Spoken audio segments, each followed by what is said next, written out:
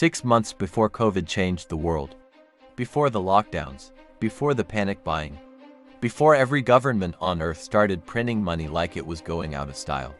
The global banking system nearly froze solid, overnight, silently, not because of a virus, not because of a war, not because of anything you saw on the news. It froze because the biggest banks on earth, the ones with logos on skyscrapers, the ones governments literally call too big to fail, quietly ran out of cash to lend to each other. And the Federal Reserve, the most powerful financial institution in human history, responded by injecting hundreds of billions of dollars into the system, secretly, urgently, with almost no public explanation, their official statement.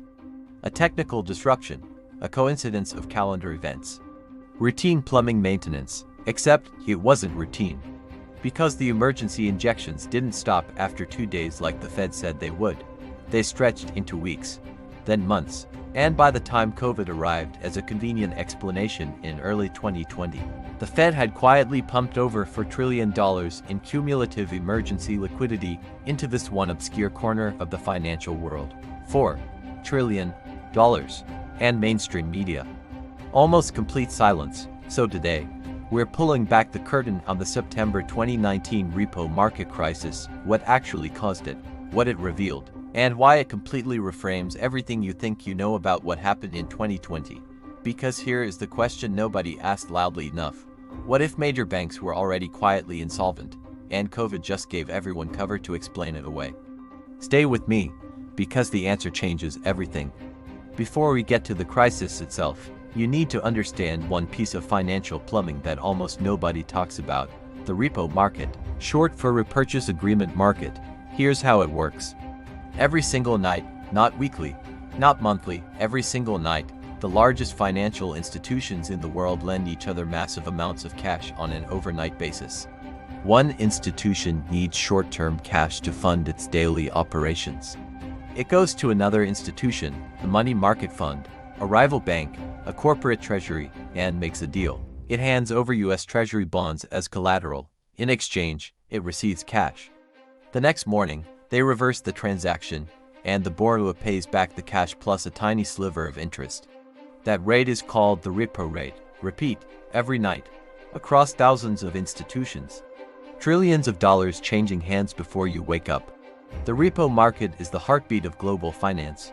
You never notice it when it's working. But the moment it seizes, even for 24 hours, institutions can't fund their positions, can't meet obligations, and the entire chain of trust that holds modern banking together starts to crack. The last time we saw something like that, September 2008, Lehman Brothers. The financial system nearly collapsed in a weekend. Now hold that image in your mind. Because on September 17, 2019, with no Lehman, no obvious trigger, no visible crisis, the repo rate didn't just nudge upward. It spiked from roughly 2% to over 10% in a single morning. Something was very, very wrong. To understand why September 2019 happened, you have to go back to 2008, because the seeds of this crisis were planted in the rubble of the last one. After the financial crisis, regulators globally decided banks needed to be safer, more liquid, more resilient. The US passed Dodd-Frank. International regulators rolled out Basel III. Banks were now required to hold massive buffers of high-quality liquid assets, cash and treasury bonds, assets they could access instantly if conditions turned. On paper, brilliant. On paper, the banks were safer than ever. But here's the unintended consequence nobody publicly admitted. Those same large banks, Morgan, Bank of America, Citigroup, Wells Fargo, began hoarding their liquid assets, not lending them into the repo market as freely as they once had, because regulators were scrutinizing their balance sheets at quarter end, month end, even day end. Every time a big bank lent cash into the repo market, it temporarily reduced its own liquidity ratios. And lower liquidity ratios meant regulatory risk, so they held back. At the same time, the US Treasury was issuing enormous quantities of new government debt to fund a widening federal deficit, over $1.1 trillion in new Treasury issuance in fiscal year 2019 alone. That flooded the collateral side of the repo market with supply, while the cash side was quietly contracting as big banks pulled back. The system was becoming structurally unstable. Like a bridge where the engineers quietly replaced load-bearing steel with thinner metal year after year, confident it would hold, until the day the truck was just slightly too heavy. September 2019 was that truck. September 16, 2019. A Monday, on the surface, an ordinary market day. But beneath the surface, two specific events collided at exactly the wrong moment. First, a large corporate tax payment deadline. Every quarter, U.S. corporations must remit estimated tax payments to the federal government. In mid-September 2019, an estimated $100 billion was pulled out of money market funds and bank accounts in a matter of days, draining cash reserves across the financial system. Second, a massive treasury bond settlement.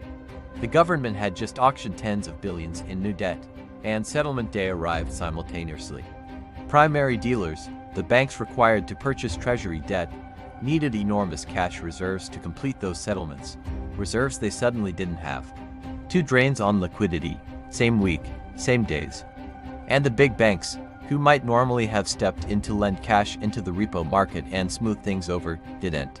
Because their own reserve cushions were tighter than they'd publicly admitted. Because lending out cash meant temporarily degrading their own regulatory ratios.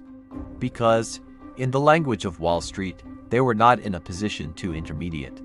So overnight repo rates, which should have been sitting comfortably around 2%, spiked to 10%. Some trades reportedly cleared at even higher rates. For context, a 10% overnight repo rate is not a blip. It is a screaming emergency signal. It means cash is so scarce in the system that borrowers are willing to pay 5 times the normal rate just to get through the night. The New York Federal Reserve noticed at around 9 a.m. on September 17th by mid-morning, they had launched emergency repo operations, injecting $53 billion in a single session. The first emergency repo operation since the financial crisis. The official tone was calm. This is temporary, routine, technical, but the operations continued the next day, and the day after that. Within 2 weeks, the Fed had injected over $200 billion in emergency liquidity. By October, they announced a new round of Treasury bond purchases, which they carefully, deliberately refused to call quantitative easing, even though it was functionally identical to quantitative easing. They called it organic balance sheet growth. The financial press, to its enormous discredit, largely accepted that framing without question. Here is where the story stops being a technical malfunction and starts being something much more troubling. If the September 2019 repo spike was truly caused by a temporary, coincidental collision of tax payments and treasury settlements, it should have resolved within days. Markets restabilize, cash flows back. Normal rate, crisis over. That is not what happened. The Fed's emergency repo operations, initially described as short-term, were repeatedly extended. October, November, December, into January 2020, the Fed's balance sheet, which they had spent 2 years trying to shrink, began expanding again at pace. From approximately $3.8 trillion in September 2019 to over $4.2 trillion by January 2020, before a single COVID case had been reported in the United States. Zoltan Pasar, one of the most respected repo market analysts on Wall Street, a former Fed and Treasury official, published research in late 2019 explicitly warning that the system's stress was not resolved, that large banks had structural cash shortfalls, that the Fed would need to keep intervening. He was largely ignored by mainstream outlets. Meanwhile, between September 2019 and February 2020, the Fed conducted what researchers later tallied as cumulative repo operations exceeding $4 trillion in rolled overnight and term transactions. That's not $4 trillion injected permanently, but it represents the extraordinary, sustained scale of daily emergency intervention required to keep the system from seizing again. The crucial question, the question the Fed never fully answered publicly, was why the big banks were stepping in themselves. Why the normal market mechanisms weren't working. Why, even with trillions in reserves theoretically sitting in the system, actual available cash at the moment of need kept coming up short. The uncomfortable hypothesis, one that serious analysts raised, that was never formally investigated, and that COVID ultimately buried, was this: the largest financial institutions were carrying undisclosed losses on leveraged positions. Hidden fragility that didn't appear on quarterly balance sheets. The regulatory capital buffers existed on paper, But the actual unencumbered cash available at the moments that mattered, at 8 a.m. on a repo settlement morning, was dangerously thin. In other words, some major institutions may have been, in functional terms, quietly insolvent, not bankrupt, not visibly failing, but hollowed out in ways that only became visible under pressure, the kind of pressure a single bad morning in September 2019 could create. And then, 3 months later, COVID arrived, equity markets crashed. The Fed launched the largest emergency stimulus program in history. Trillions in new money, zero interest rates, unlimited asset purchases, and suddenly, nobody was asking questions about repo anymore. Funny how that works. Now, here is why this matters today, not just as history, but as a live warning. The structural conditions that caused September 2019 have not been fixed. They've been papered over.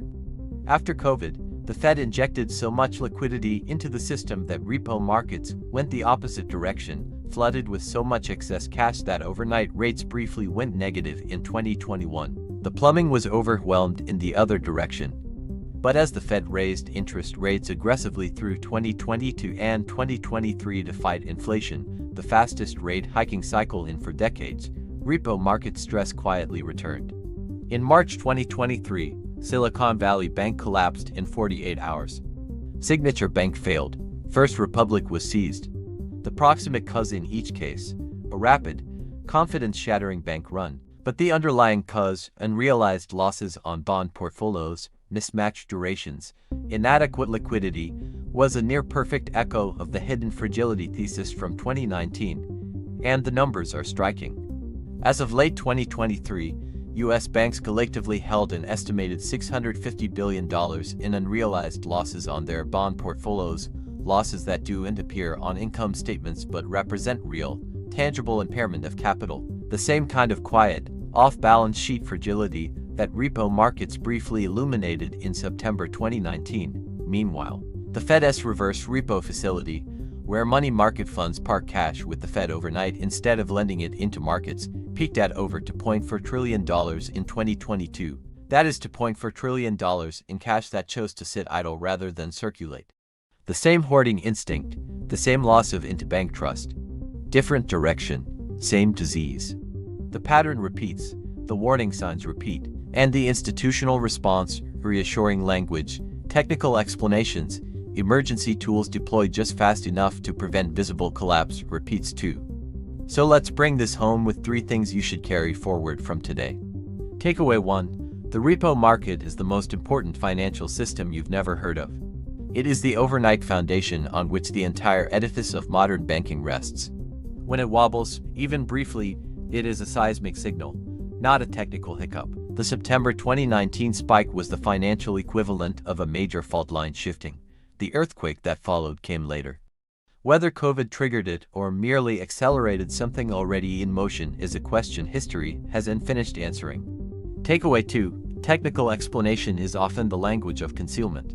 When a central bank calls a multi-month, multi-trillion-dollar emergency intervention routine, that is not transparency, it is management of public perception. The 2019 repo crisis was never genuinely explained, not in terms of which institutions were short, why their buffers failed, or what their balance sheets were actually carrying.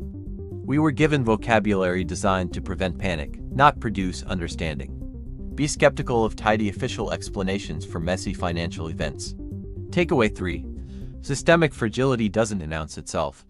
The most dangerous moments in financial history are not the visible crash. They are the quiet nights when the plumbing almost fails and nobody outside a handful of trading desks ever knows how close it came.